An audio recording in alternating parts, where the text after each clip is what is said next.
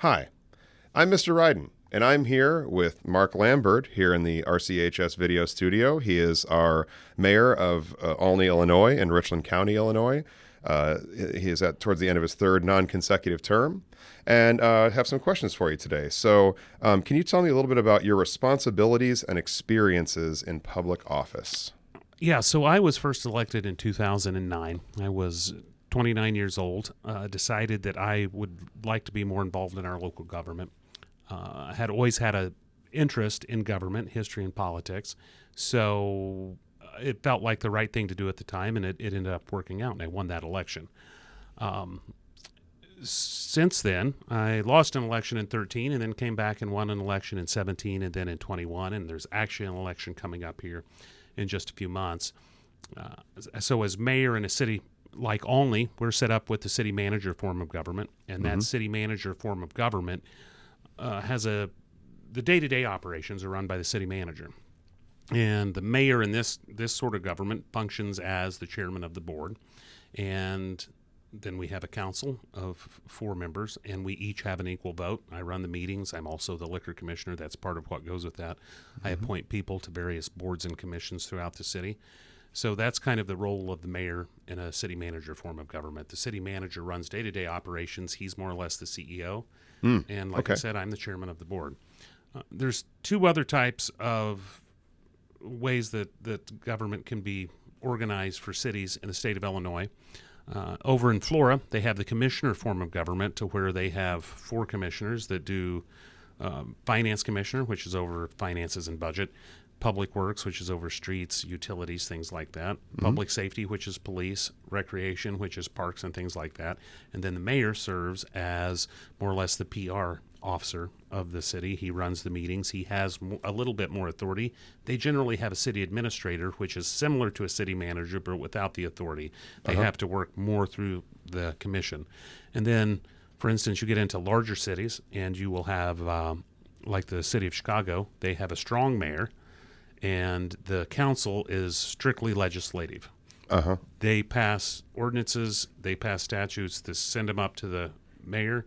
The mayor in that form of government, they have the ability to veto as the president or the governor would in that sort of setup. So that's kind of the difference.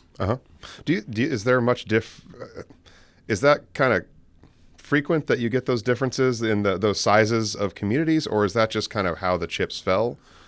So originally there was the strong mayor form of government, so there would have been some more of that. And then the commission form of government came along, and there's quite a few of those around. And then really the latecomer to that is the city manager, where you have a professional that gives some sense of stability, that even if there's a lot of change on a council, not to say that the council can't get rid of the city manager, but it gives more of a stability to the workforce. They know you don't have a bunch of council members going to your supervisors and giving them direction that may not be the direction of the rest of the council. Okay, interesting. Yeah. Do you prefer the city manager kind of approach that you have here, or is there?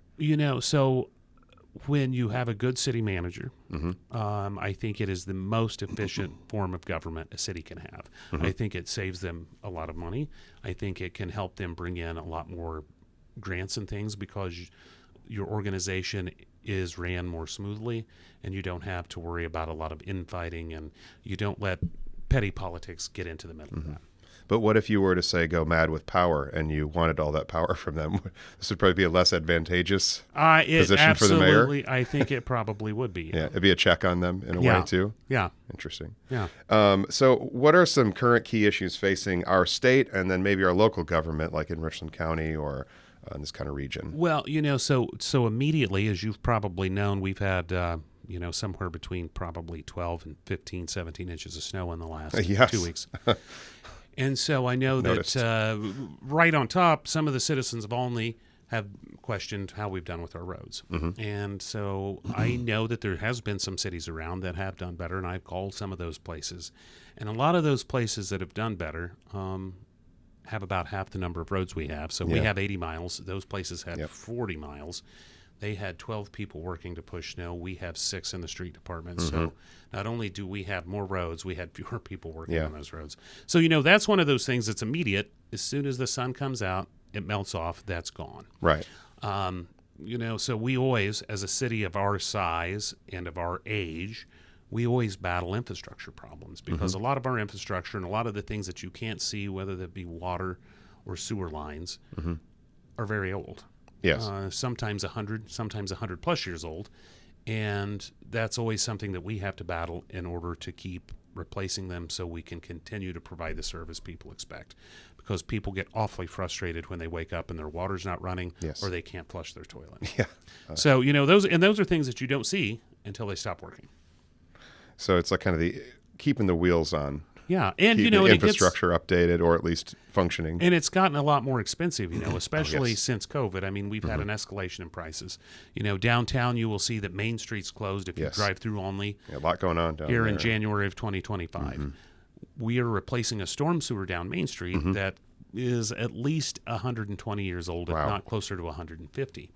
Now, that's a $3 million project, and that's before we fix the roads or anything else that we're going to do.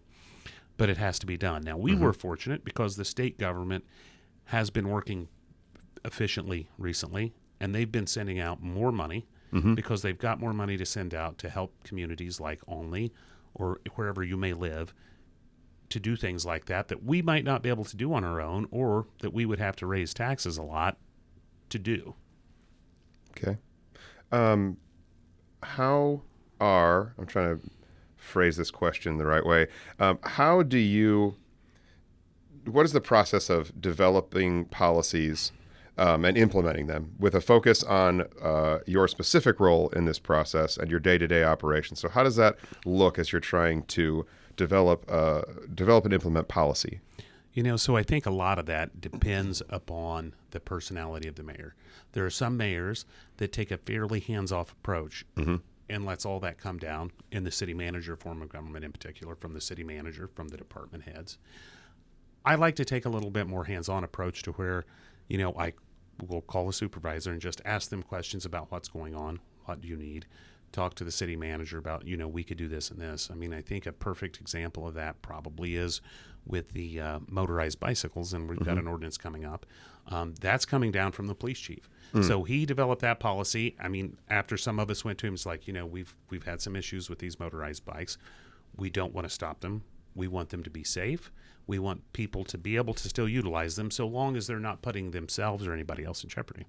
So then he went to cities surrounding us that had similar policies, put that together, looked at the ordinance, then brought it to the council and said, here's some ideas. Then the council goes back and says, well, we would kind of like, instead of being a $50 registration fee, we'd prefer it to be $20 because we don't want it to be too expensive for people that need that form of transportation. And so we tweaked it a little bit. It'll go be rewritten, come back to us, and then we will pass it and it'll go along. Now, sometimes on policy, I have come up with some things that then I will bring to the council and do. But that's mainly, in my experience, that's been mainly in economic development and things that we see an opportunity and then we try to go take it. How often do you feel like you're coming at a new problem? Like how often do you? What is the group of things that you're looking at overall? Like what's the burden every year or every term for a mayor? Or is it kind of like are you focusing on 4 or 5 really big things like this infrastructure issue? You've got like the scooters and how you're going to deal with that. Does it feel like it's an unending waterfall? Like what do you think? So going into a term, you can have aspirations of what you would like to do and things that you would like to get done. But then I think it's amazing you have COVID hit. And then that upends everything. And then you have to step back and be like, well, everything that we wanted to do on that front just has to be shoved aside because this is more pressing right at the moment. Are we going to have money to do anything if the economy crashes? Are we going to be able to do this? What are the regulations going to be and everything?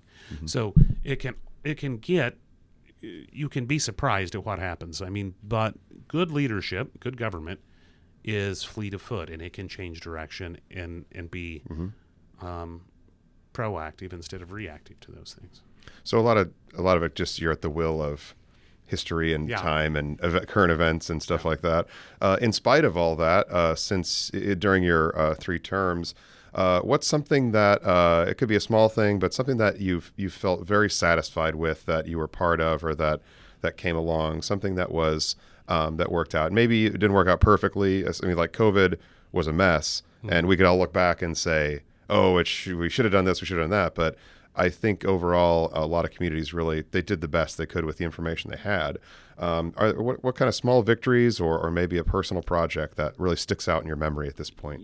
So I think what's probably had the longest and most impactful reach will probably be our economic development push, especially along 130, where we had placed the Illinois 130 TIF, which then at the very beginning of that in 2011 and 12, got the mall redone, got Big R moved up there, and then kind of got that mall back to where there was more stores in it. And then it was also responsible for the building of the hotel, which then was responsible for the Carl Clinic moving there, and Trust Bank. And now then we're seeing continued development up along there, whether that be scooters, Starbucks that is coming in the spring, First National Bank moving out there. So that has been a great help and is driving a lot of growth out in that area, and pumping more money into things that we can do to improve city properties, whether that be the walking trail out at City Park or some of the other things that we can do with that TIF money. To piggyback onto that, then we went down and put a TIF south, because that 130 TIF goes from Mack all the way down to Clem Street. Then the other TIF goes from Clem Street all the way south into the industrial park. And we did that. Then we got the Loves to come into town, and that TIF there is going to be responsible for the redevelopment or the development of some of those industrial parks that don't have infrastructure in them. So we'll be able to build some roads. We'll be able to put in sewer and water. So we've got shovel-ready sites. Right. And those aren't going to be shovel-ready sites for a factory of 500, but we don't have the ability to get 500 factory or person jobs here. Right. Because we don't have the housing. Right. But we can get 10, 20, 50, because then you can kind of expand slowly. And grow from there. And it gives you, I think having those smaller jobs gives you a little bit of a cushion, because they're not all going to go out at once. I mean, so if something happens, well, then you can absorb that a lot better than if, something really large goes out. That's true. Yeah. So we've done that, and then we've had such success with that, we went and did the business district.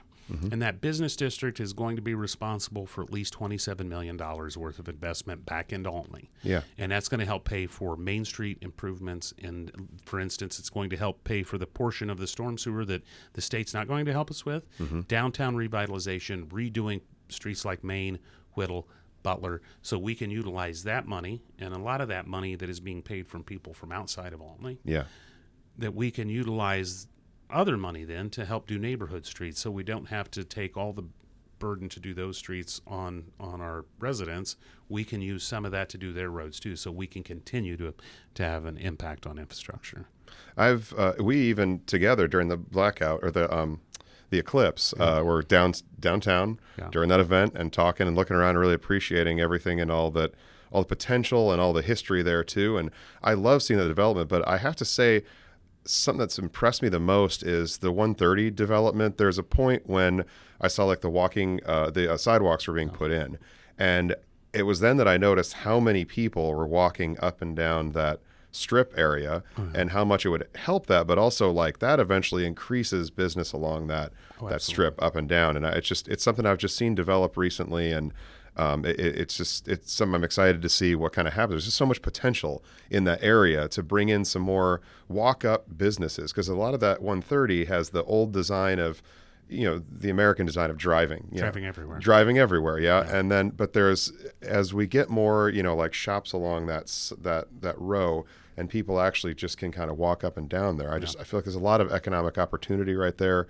and pulling in people from other places too, but just a more convenient shopping experience for the people that are living here right now, and maybe they'll order a little less offline and all that kind of stuff. Well, and that's what we hope for, is that, as we can do that, not only do our own people shop here more and spend more of their money here, but then we get other people to come in and that 130 strip right there, people come through that way. That's a gateway. And we can, especially for a place like we're at today, the high school and the school district in general, every little bit of extra sales tax money we can draw into Richland County helps make this a better school. Absolutely.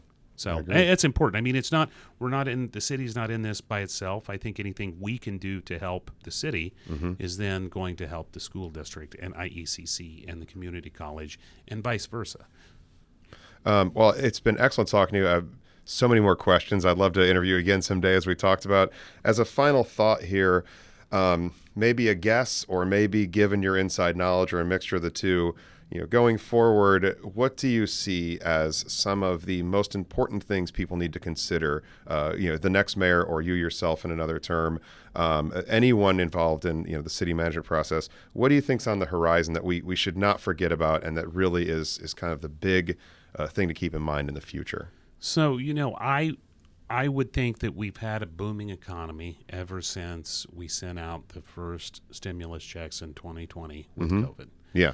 And the economy's been on fire. We've had a lot of inflation because that economy is hot, and the supply was high and the demand got tight, makes prices go up. Yes. I would assume that sometime that economy's got to slow down some. Now, we're lucky here that,